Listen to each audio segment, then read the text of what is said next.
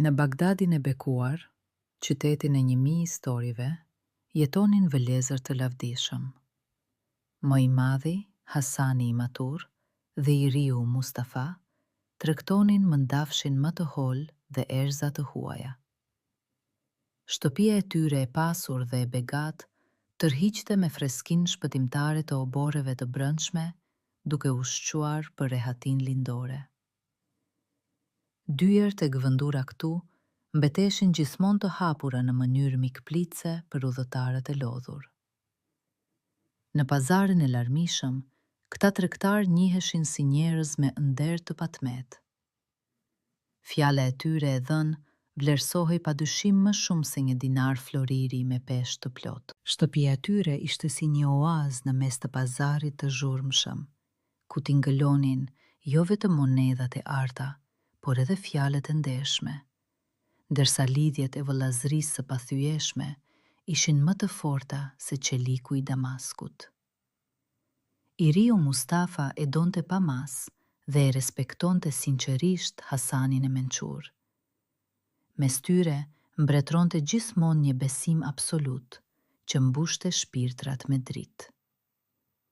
Familja rrezatonte një ngrohtësi të palkundur dhe një lumturi të madhe.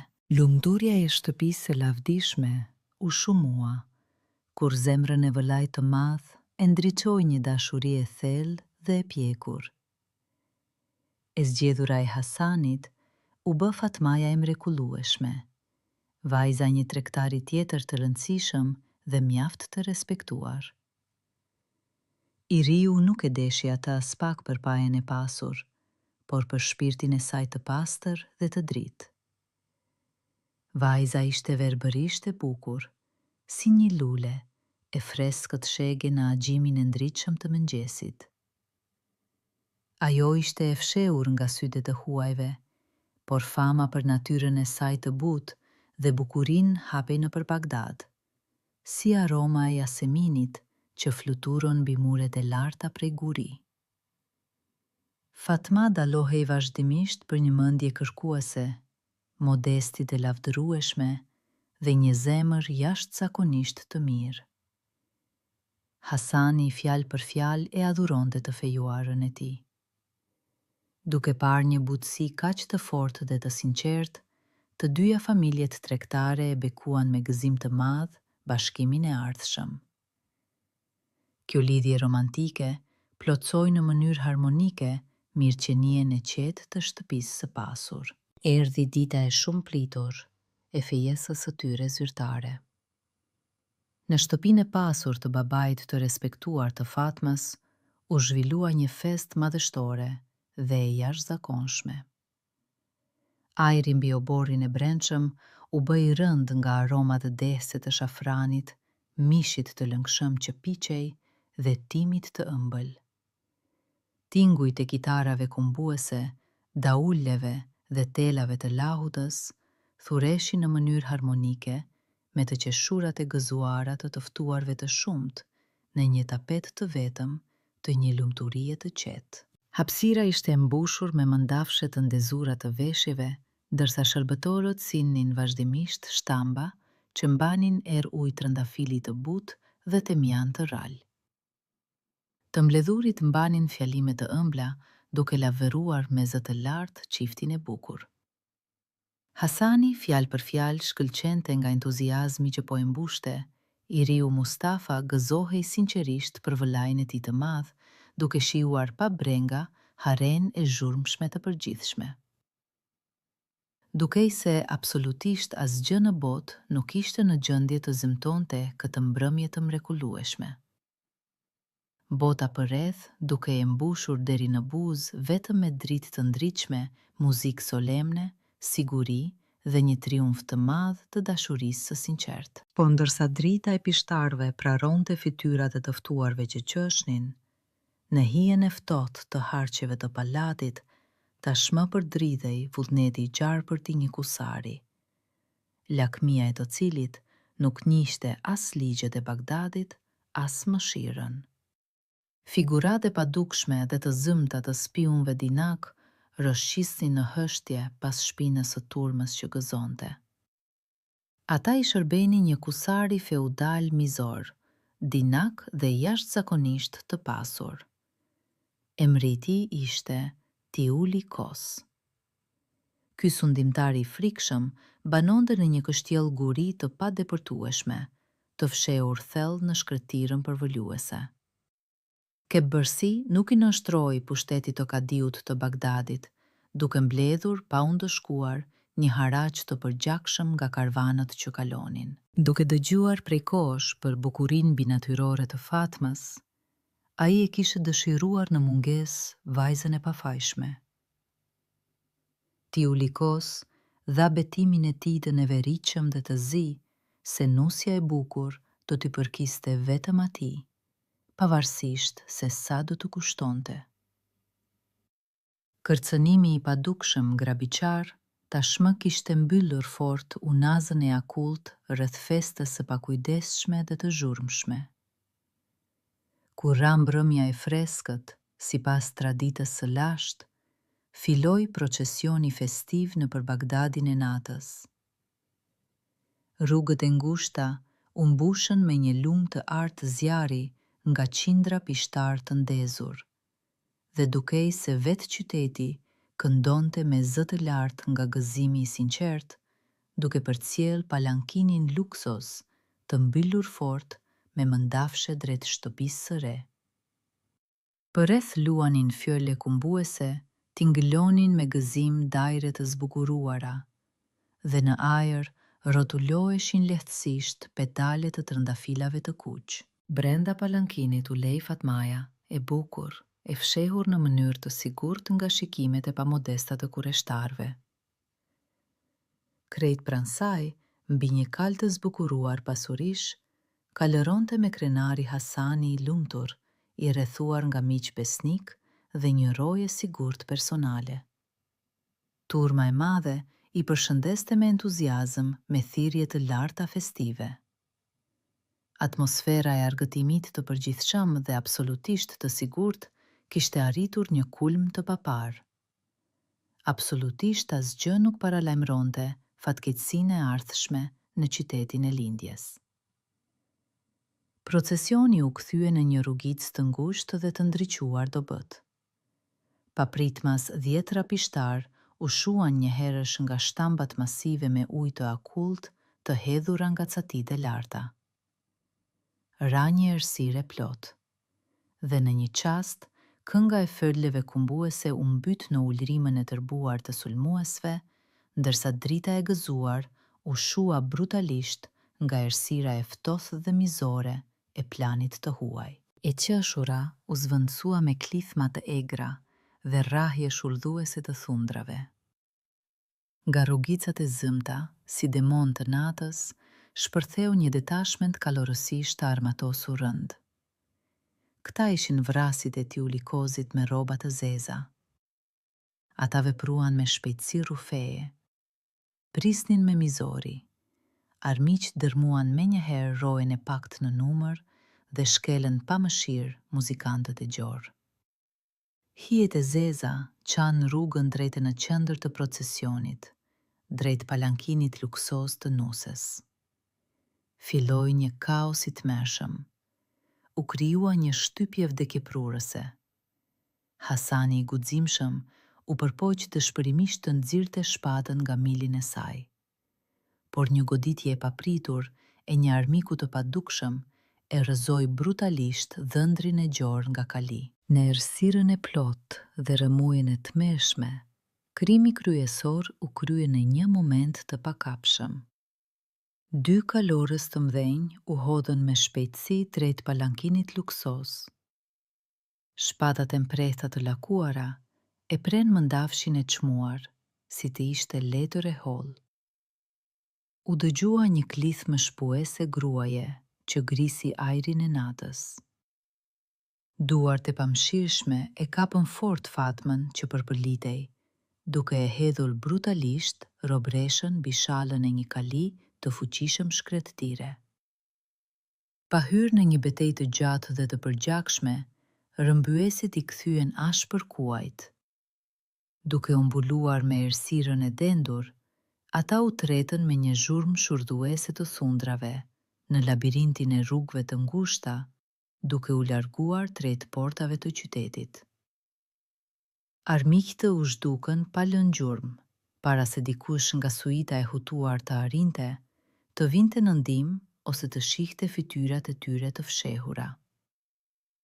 Thundrat e rënda e morën vajzën në errësirë, duke mos lënë pas vetes asgjë, përveç trëndafilave të kuq të shkelur brutalisht. Kur pluhuri i dendur filloi të ulej ngadalë, njerëzit e frikësuar ndezën me duar të dridhura disa pishtar që kishin mbetur.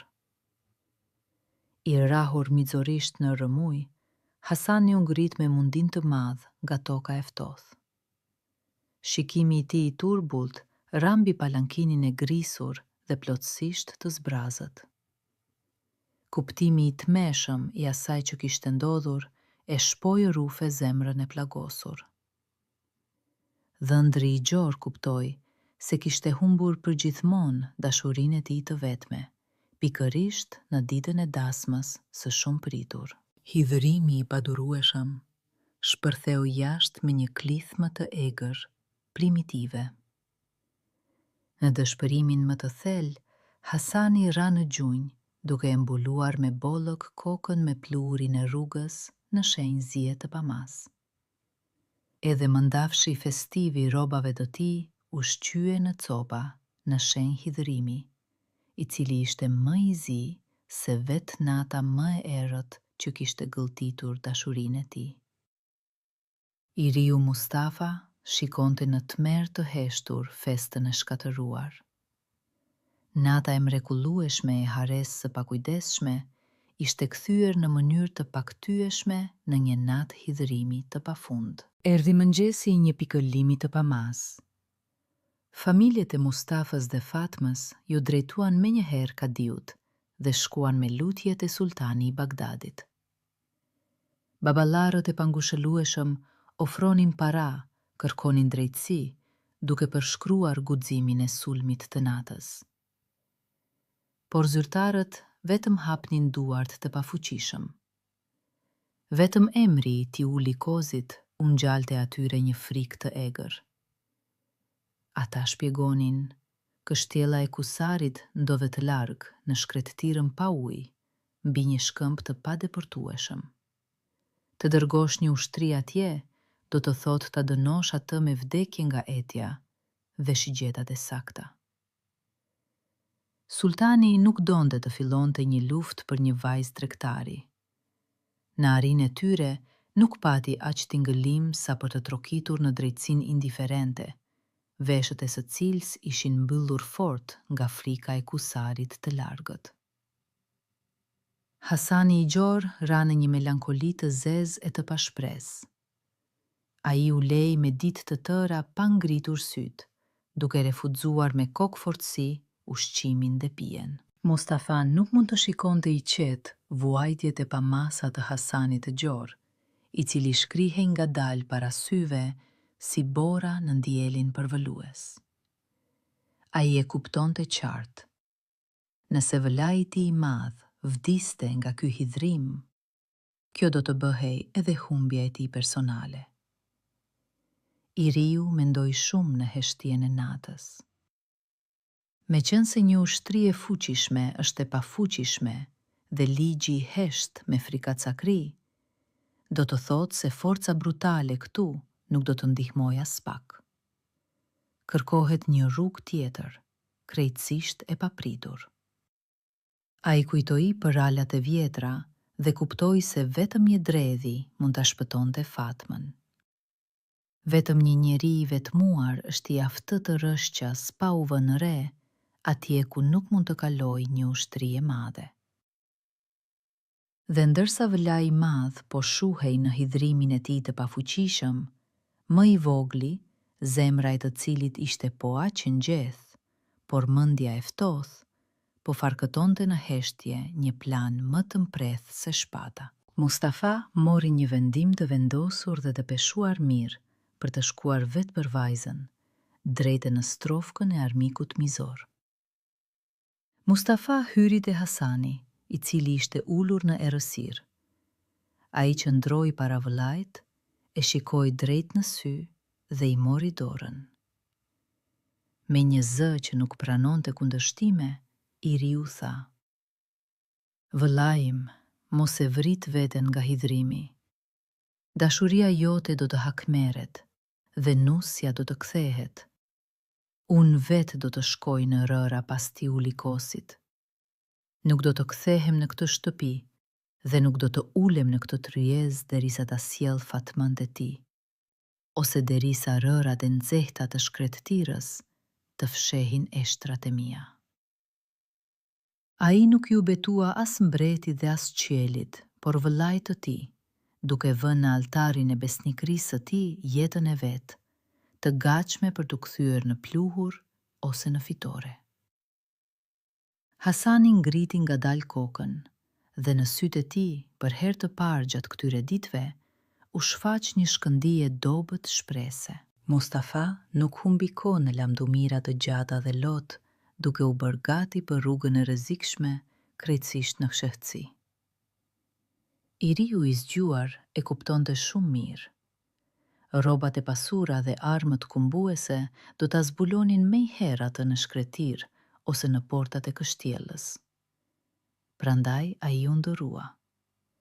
Veshi një fustan të vjetruar, lidhi në kokë një qalm të thjeshtë dhe të pluhurosur, mori një shkop të vjetër. Tani ai dukej si një tregtar i varfër, e ndaçak mallrash të imata ose temjanësh të lirë. Mustafa nuk zgjodhi një kalë race, por një mushkë modeste dhe të qëndrueshme, duke e ngarkuar me trasta. Ai la pas mëndafshin dhe arin, duke fshehur fisnikrinë e tij nën lecka, për të bërë i padukshëm si një hije që rrëshqet mbi rërën e nxehtë. Në mbulesën e natës, pikërisht në agjim, ndërsa qyteti ende flinte, ai u largua pa u vënë re nga Bagdadi, duke u nisur drejt së panjohurës. Mustafa u largua nga tokat e njohura dhe hyri në shkretirën e madhe. Mixoria e këtij vendi të heshtur të friksonte. Dieli përvëlues, i bardh nga vapa, gjatë ditës dilte lqurën pa mëshirë, duke i bërë buzët e thata të plasariteshin. Ndërsa natën, kur rëra ftohej me shpejtësi, vinte një i ftohtë që të hynte deri në palc. Para të riut shtriheshin vetëm duna të pafundme, të ngjashme me dallgët e ngrirat e një deti të vdekur të verdh, ku një syri të lodhur nuk i gjendej asnjë pikë mbështetjeje. Rruga dukej e pafundme. Heshtja e vdekur ushtronte presion mbi veshët, e ndërprer vetëm nga fshfërima e qetë e rërës në thundrat e mushkës së raskapitur. Mustafa i duronte Heshturazi privimet, duke menduar vetëm për betimin e tij dhe për vëllain. Ai ecste nëpër një oqean me artë të ngjehtë, ku çdo kokë rëre, me sa dukej, përpiqej të pinte jetën e tij. Por betimi i tij i fortë ishte një mburoje padukshme, nga e cila kërcente edhe era më therse.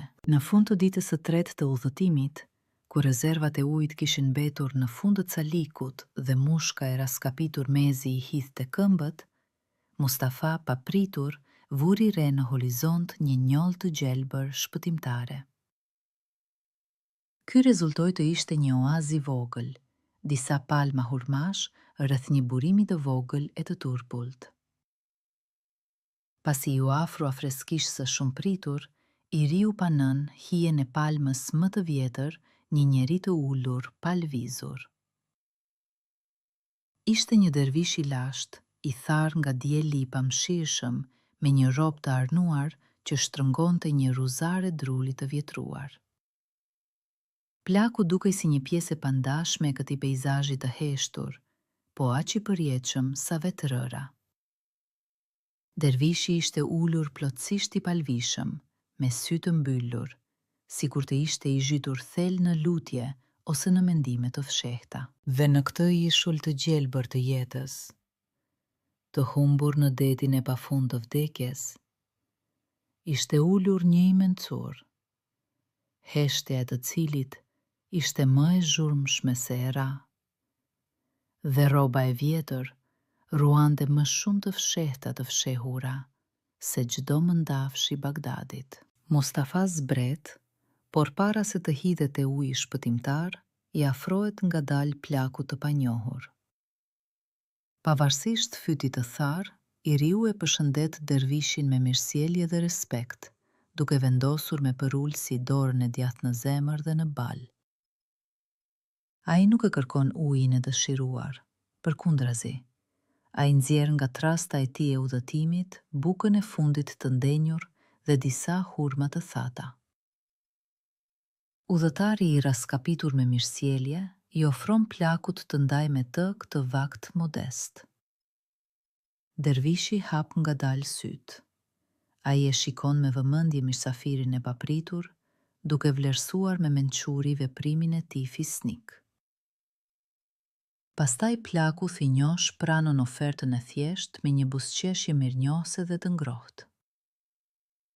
I riu ishte gati të vdiste nga etja, por jo nga humbja e nderit, dhe prandaj i ofroi copën e tij të fundit të bukës, atij që dukej se nuk ishte asgjë tjetër veç pluhurit të shekujve.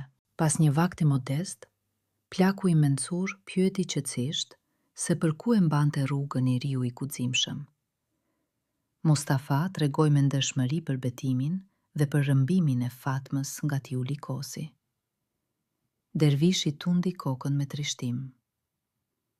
Armiku yt djalosh është dinak si një dhelë për stepe dhe i egër si një tigër i plagosur. Me një rrugë të drejtë për drejtë dhe me shpatë në dorë, ti do të gjesh atje vetëm vdekjen. Nuk do të fitoj forca, por durimi dhe një maskë zgjuar. Mbrojtja jote më e mirë është shtirja e shkathët. I mencuri i këshilloi udhëtarit ta paraqiste veten si një mjek i Zotit nga vendet e largëta.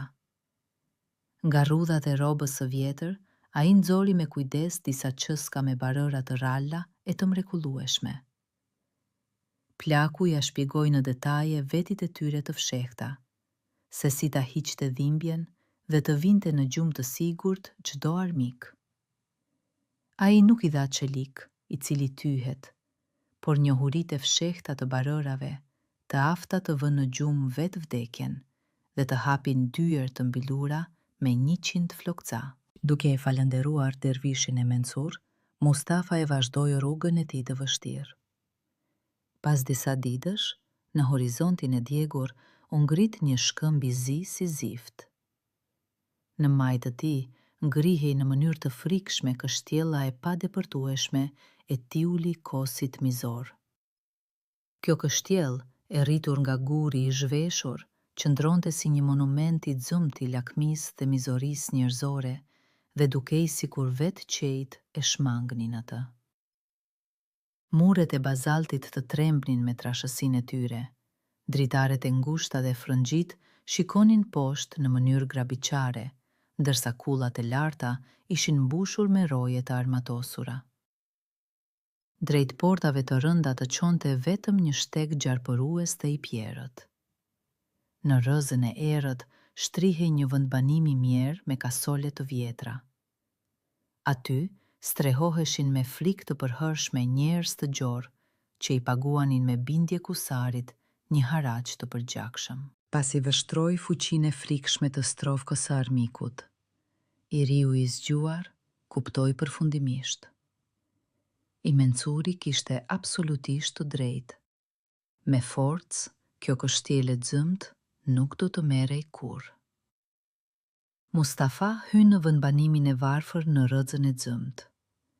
I riu nuk fshihet fare, por përkundrazi, tërheq qëllimisht vëmendjen e të gjithëve. Ai shtrin me siguri barat e tij shëruese dhe me një zë të lartë e shpal veten një mjek shtektar, të ardhur nga vendet e largëta të lindjes. U ndi sekretet e mëdha të barave, të cilat asgjë i kanë ndëruar shëruesit tuaj, i thot ai me krenari turmës së mbledhur. Pomadat e mia I shërojnë shpejt plagët e thela, ndërsa lëngjet e mrekullueshme I japin një gjumë të qetë edhe shpirtrave më të munduar. Pastaj, ai shëron krejtësisht falas disa banor të gjorë vendas, duke I demonstruar në praktik aftësitë e habitshme dhe forcën e vërtet të dhuratave të dervishit të mençur. Thashethemet e vërteta për mjekun e mrekullueshëm zvariten me shpejtësi lartë drejt mureve të larta të kështjellë së padepërtueshme.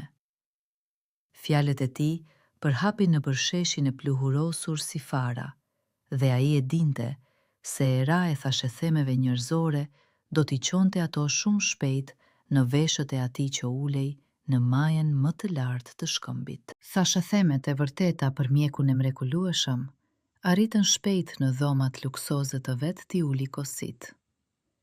Siç doli, kusari I frikshëm ishte papritur I cenueshëm. Prej shumë ditësh munduese dhe netësh të pafundme, ai vuante nga dhimbje koke therse dhe një pagjumësie jashtëzakonshme. Ndoshta ky ishte një ndëshkim I drejtë për rrëmbimin e paqip të vajzës së bukur, ose një pasojë drejt për drejt e jetës së tij të gjatë e të keqe. Asnjë nga mjekët e aftët të oborit nuk ishte mundur ta ndihmonte. Tërbimi I tij I verbër nda dhimbja e pandërprer binte për ditë mbi shërbëtorët e friksuar. Duke dëgjuar për të huajin e talentuar, sundimtari në dëshpërinë të plot urdhëron që shpëtimtari të silet menjëherë në palat. Roja e armatosur zbret me nxitim për të marrë Mustafën. Kurthi mbyllet pa u vënë në re, por as pak për mjekun modest, por për vetë pronarin e kështjellës. Edhe ai që I bënte të dridheshin karvan të tërë, doli dhe ishte absolutisht I pafuqishëm para dhimbjes së tij.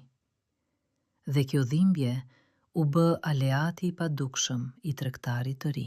Mustafën e sjeli në dhomat luksoze, por të zynta të sundimtarit. Bija stëkët e mëndafsht qëndron I shtrirë t'i uli I kos, fytyra e të cilit është deformuar nga dhimbja e fortë. Duke ruajtur një vetë kontrol të habitshëm para rrëmbyesit dinak të Fatmës, I riu e egzaminon armikun, me pamjen e një mjeku të mençur dhe me përvojë. Para syve të rojeve të dyshinta, ai nxjerr me kujdes barat e mrekullueshme të dervishit dhe përgatit me mjeshtëri një ilaç qetësues. Kusari me dyshim, por nga dëshpërimi I plot, e pi me bindje lëngun e athët. Ai përzieu barat me të njëjtën gjakftofësi me të cilën do të përziente një helm, por kjo kup nuk duhej të vriste, por të vinte në gjumë vigjilencën e përbindshit. Fuqia e barave vepron pa gabim. Për herë të parë pas shumë kohësh, sundimtari I frikshëm zhytet në një gjumë të thellë dhe krejtësisht të qetë. Pasi zgjohet pa dhimbjet munduese, t'i uli kos e shpërblem bujarisht shpëtimtarin me ark humbues. Ma e rëndësishmja, ai dhuron të riut një unazë mbrojtëse, e cila e lejon të lëvizë lirshëm nëpër kështjellën e madhe, duke përjashtuar vetëm kudën e haremit të mbyllur. Duke marrë unazën mbrojtëse dhe besimin e sundimtarit, Mustafa fillon të eksploroj me kujdes kështjellën e zëmt. Ai shëtit lirshëm në boroboret e gjera, duke bërë sikur kërkon me zel bara të ralla shëruese në të qarat e thella të gurve të vjetër. Në të vërtet, I riu I zgjuar vëren me vëmendje postet e rojeve të armatosura, ndërimet e sakta të rojeve të natës dhe vendodhjen e kullave të larta. Ai ecte në borobore me fytyrën e një mjeku të papunë, por sytë e tij, si dy skifter, kërkonin pikën e dobët në këtë kafaz zguri të padepërtueshëm. Së shpejti, duke pyetur pa rënë në sy shërbëtorët e friksuar, ai mëson gjën kryesore. Robresha e bukur nga Bagdadi mbahet fort në kullën më të lartë të haremit të ndaluar, hyrja në të cilin dënohet me vdekje të pashmangshme. Sklevrit përshpëriti në heshtje se vajza e gjorë qanë pa pushim, refuzon kategorikisht ushqimin e shishëm dhe hedh poshtë me krenari të gjitha dhuratat e pasura të kusarit mizor. Mustafa e kupton se nuk mund të depërtoj vetë në kull. Ati i duhet një ndihmës. I riu vëzhgon në vëmendje shërbëtorët që çojnë ushqim në pjesën e grave. Shikimi i tij impreth tërheq një sklav të vjetër dhe të kërusur. Ky sklav është krejtësisht Memec dhe prandaj ti u likos i beson atij t'u çojë tabakat të robëreshave, duke e ditur se ai nuk do të tregoj asgjë. Mustafa vëre në sytë e plakut një trishtim të thellë dhe një urrejtje të fshehur sa herë që ai sheh rojet ose dëgjon emrin e pronarit. I riu vendos të rrezikojë. Ai komunikon me kujdes me plakun përmes gjesteve të kuptueshme dhe mimikës. Ai i jep pa u vënë re Memecit një pomadë shëruese për kyçet e sëmura, duke treguar një dëmshuri të sinqertë. Krejtësisht i pamësuar me mirësinë, plaku ushqen një besim të fortë ndaj mjekut. Në këtë kështjel, ku sundonin kamzhiku dhe frika, ai gjeti një aleat me ndihmën e të vetmes armë që nuk e njihnin këtu. Dëmshurisë së thjesht njerëzore. Duke u bindur për besnikrinë e sinqertë të plakut, Mustafa fillon të veprojë. Ai shkruan një shënim të vockël në pergamenën më të hollë dhe të butë. Shpresa është gjallë. Bëhu gati për natën pa hënë. Vëllai i Hasanit. I riu merr shegën më të madhe, të mbushur me lëng nga trijeza mbretërore. Me një bisturi të mprehtë, ai pret me mjeshtëri thelbin. Pastaj fsheh me kujdes aty shënimin dhe e vullos pa u vënë re frutin me dyll të ngrothë. Ai ja jep këtë sheg shërbëtorit Memec, duke ju lutur me gjeste që ta vendos frutin në tabakan për robreshën e re nga Bagdadi dhe ta bëj të kuptoj qartë se është i veçantë. Plaku, sytë të cilit digjen nga urrejtja për pronarin dhe nga një vendosmëri e fortë, tund kokën në shenjë pohimi. Ai e fsheh me kujdes shegën në robën e tij të vjetër. Heroi i vendosi fjalët e shpëtimit pikrisht në thelbinë e frutit të kuq si gjaku, me shpresën se kjo dhuratë e ëmbël do t'i silte robreshës një shpresë të hidhur, por jetëdhënëse. Në kudën e lartë, Fatmaja, e pangushëllueshme dhe e zbeth, qëndron e ulur para tabakas së paprekur me ushqim. Plaku Memec vendos para saj shegën dhe tregon me kuptim frutin me gishtin e tij që dridhet. E habitur nga sjellja e tij, vajza thyen lëvozhgën. Ajo gjen shënimin e vogël. Pasi lexon emrin shpëtimtar të Hasanit, robëresha Mezi mban një brit me gëzimi. Në sytë e saj të shuar, ndizet menjëherë një dritë e ndritshme. Ajo nxjerr me shpejtësi nga flokët e saj një lule jasemini të tharë dhe pasi e fut në lëvozhgën, e zbrazët ja kthen shërbëtorit besnik. Në mbrëmje vonë, plaku ja jep pa u vënë re lëvozhgën Mustafës. Dhe lulja e vogël e tharë e jaseminit e dhënë në lëvozhg t'i ngëloj për tregtarin e ri më fort se trumbetat, duke lajmëruar se zogu është gati të lërë kafazin e tij të artë. Pas marrjes së kësaj shenje të butë, i riu kupton. Fatmaja është absolutisht gati. Plani i aratisjes së guximshme është vënë në lëvizje. Ranata pa hënë. Në balatinë e Tylikosit filluan përgatitjet për një gosti të pasur mbrëmjeje. Mustafa, duke përdorur statusin e mjekut dhe besimin e pronarit, doli vullnetar të përgatiste një pije të veçantë, forcuese për pristin dhe rojen e tij personale. Me zemrën që i rihte fort, i riu moli një shtamp të madhe të artë me verën më të mirë. Duke shikuar me kujdes përreth që askush të mos e vinte re, ai nxori me duar të dridhura qëskën me barëra, të dhuruar nga dervishi i mencur. I riu e hodhi shpejt pluhurin ngri në verë. I laçi u tret mejherë, duke mos lënë asnjë shije apo erë, vetëm turbuloi paksa ngjyrën në rubin të pijes. Ai nuk po treste në verën e tyre thjesht barëra gjumi, por vetë heshtjen e shkretirës, me shpresën se ajo do ta fshihte aratisin e tyre më sigurt se çdo mur guri. Me zemër të ngrirë, Mustafa e soli shtambën e rëndë në sallën e zhurmshme të Gostiut dhe me një përullje të thellë të respektueshme, ja shërbeu atët Julikosit që nuk dyshonte asgjë. Kalojnë disa orë. Gostia e zhurmshme qetësohet gradualisht. I laçi i mrekullueshëm i dervishit të mencur vepron absolutisht pa gabim. Në fillim hesht, e qeshura, e dehur. Pastaj bien me zhurmë kupat e rënda. Së shpejti, e gjithë kështjela e zymt zhytet në një gjumë të thellë të panatyrshëm. Tiulikosi mizor gërhet me zë të lartë mbi astëkët e mëndafsht. Rojet e frikshme janë shtrirë njëri mbi tjetrin pranë djerve masive, ndërsa qënt e egër flen në oborin e brendshëm. Mustafa del me kujdes ka dhoma e tij. Përreth mbretëron një heshtje frikshme, e vdekur.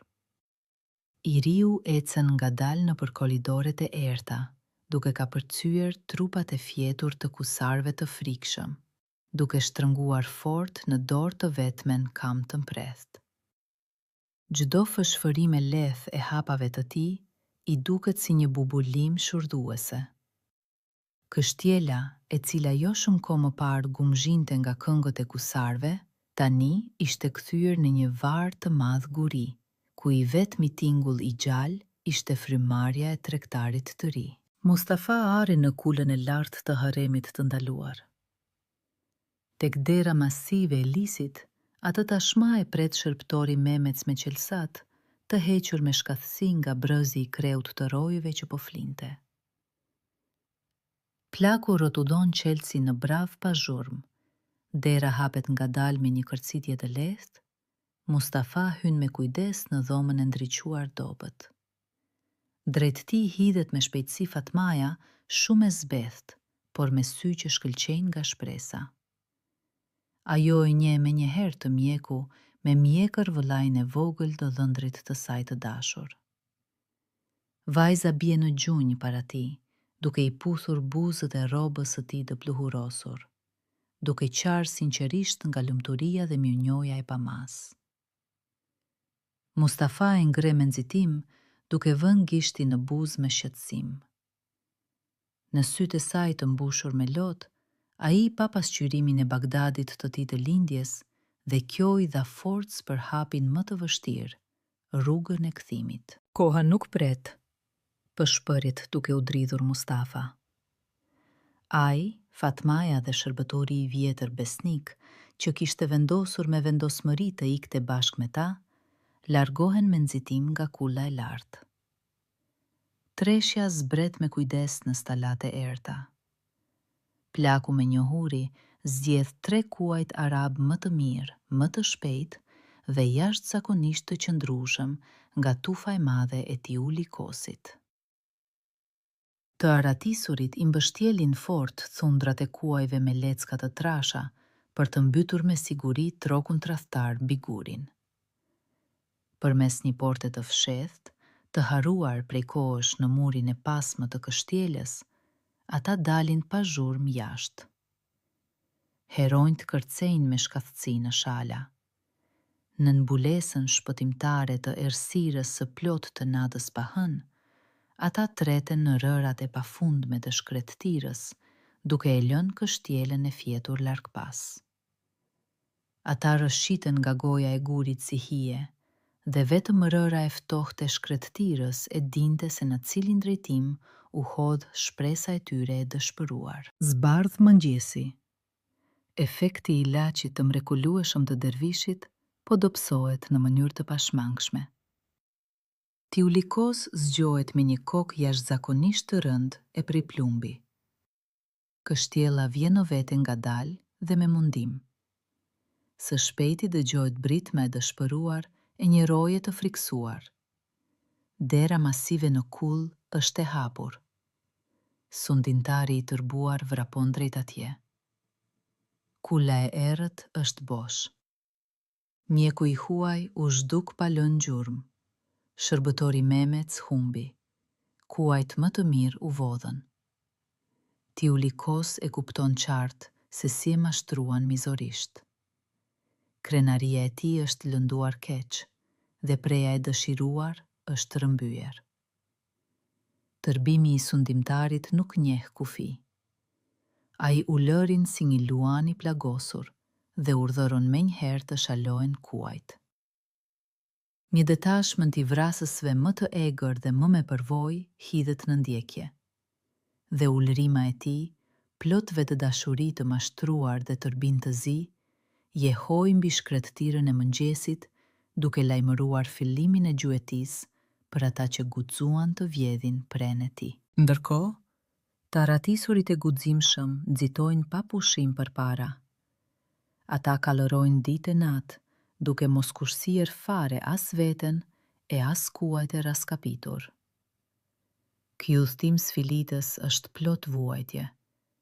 Dielli përvëlues dhe i pamshirshëm gjatë ditës u djeg ashpër lëkurën dhe than buzët e plasaritura, ndërsa era e akullt që u hyn në palc i torturon pa mëshirë gjatë natës. Rëra me gjemba u verbon me dhimbje sytë e lodhur. Mirazet dinake përpiqen pa sukses t'i nxjerrin udhëtarët nga rruga e duhur. Mustafa inkurajon vazhdimisht Fatmën. Vajza, pavarësisht lodhjes së tmeshme, mbahet me një qëndrueshmëri të habitshme, e shtyr nga një dashuri e madhe për Hasanin. Heronjt nuk ndalen për asnjë minutë të vetme, duke e ditur me siguri se vdekja e pamshirshme në formën e Tiulikosit i ndjek këmbakëmbës pa pushim. Ata i ncitën kuajt e tyre përmes detit të verdhë gjatë ditës dhe detit të zi gjatë natës.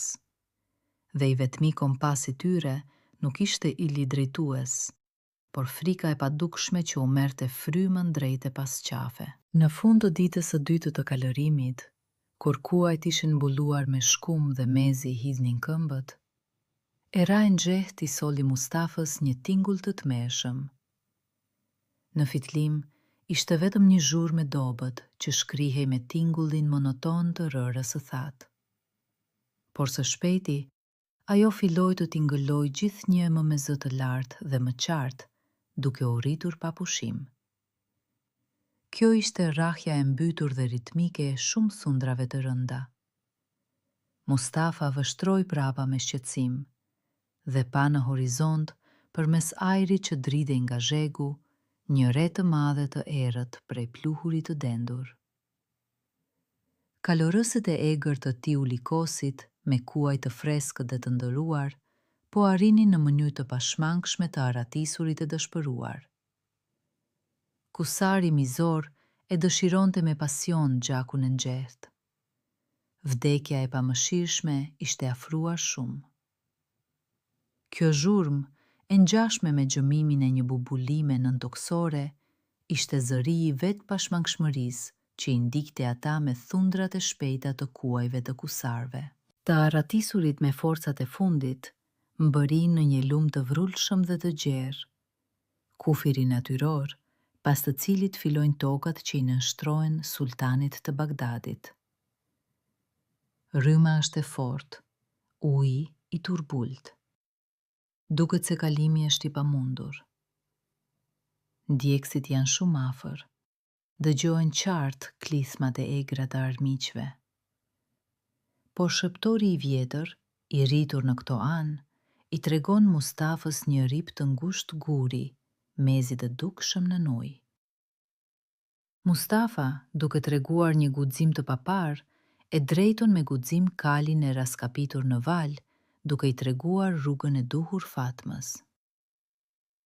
Me vështirësi të madhe, duke luftuar me dëshpërim kundër rrymës së pamshirshme, ata kalojnë në bregun tjetër. Kalorësit e Tiulikozit hidhen me vrull në ujë. Duke mos e ditur vaun e sigurt, kuajt e tyre të rënd ngjeqin pa shpresë dhe tremben nga rrjedha e shpejtë. Kusarët detyrohen të tërhiqen me turp. Heronjtë e guximshëm më në fund janë të shpëtuar. Dhe lumi, i cili ishte bërë një mur i pakapërcyeshëm për ndjekësit, u kthye në një urë shpëtimtare për të aratizurit, duke larë nga gjulmët e tyre tërbimin dhe vdekjen. Pasi lënë ndjekjen e ashpër larg pas, të raskapitur, të mbuluar me pluhur gri, por të lumtur pa mas, të aratizurit vazhdojnë rrugën ngadalë.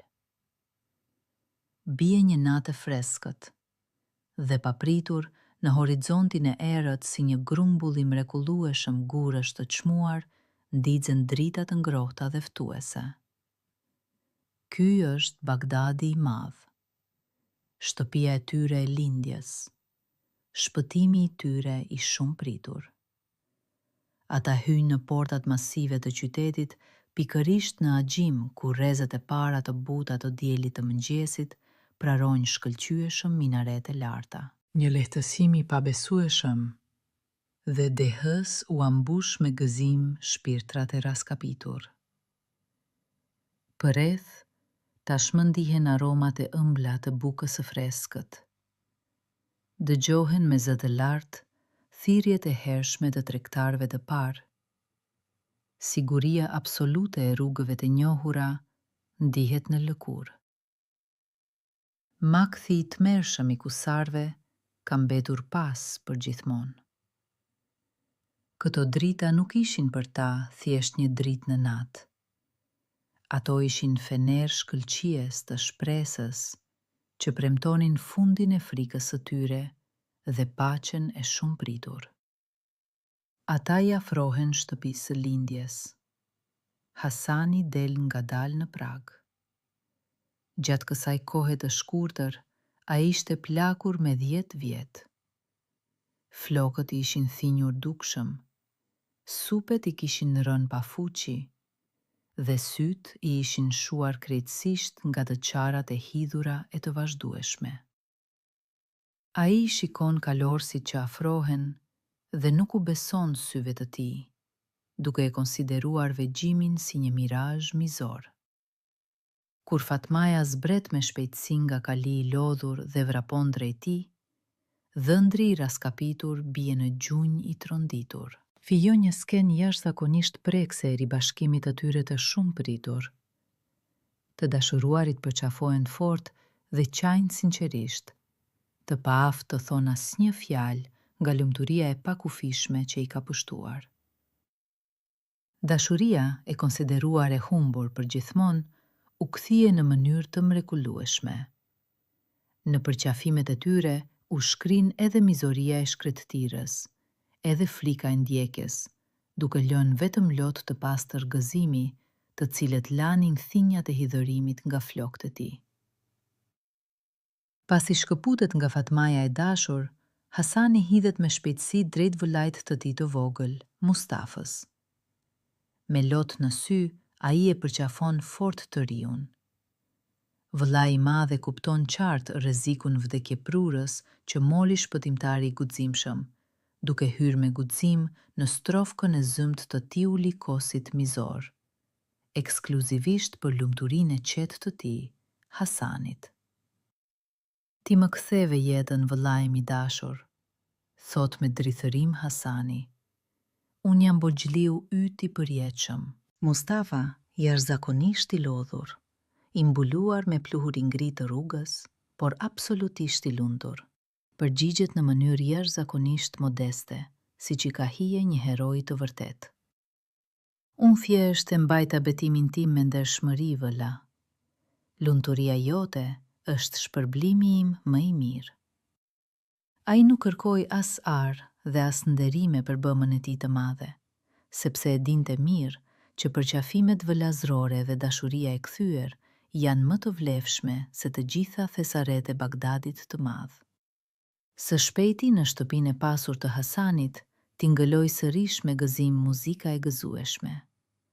Të dashuruarit bën një dasmë madhështore dhe jashtëzakonisht të ndritshme, në të cilën u mblodh me entuziazëm gjysma e mirë e Bagdadit. Mustafa i guximshëm dhe shërbëtori besnik Mehmet u bën miq më të ftuar të nderit në këtë festë madhështore. Hasani dhe Fatmaja e bukur jetuan gjatë dhe të lumtur, duke mos njohur më kur hidhrim. Ndërsa historia e habitshme e tregtarit të ri, i cili pa shpatë kumbuese dhe magji, i armatosur vetëm me dinakëri, durime ngjëllor dhe dashuri të pakufishme vëllazërore, shkëputi vajzën e pafajshme nga duart e kusarit mizor, u bë një legjendë e dashur. Këtë përrallë të mrekullueshme, udhëtarët do t'ia tregojnë njëri tjetrit për shumë vite të tjera, pranë zjarreve të mbrëmjes në shkretëtirën e pafundme. Dhe kjo përrallë, e lindur në pluhur dhe frikë, u bë një legjendë e përjetshme se si një zemër e përkushtuar është e aftë të shkatërrojë planet më dinake.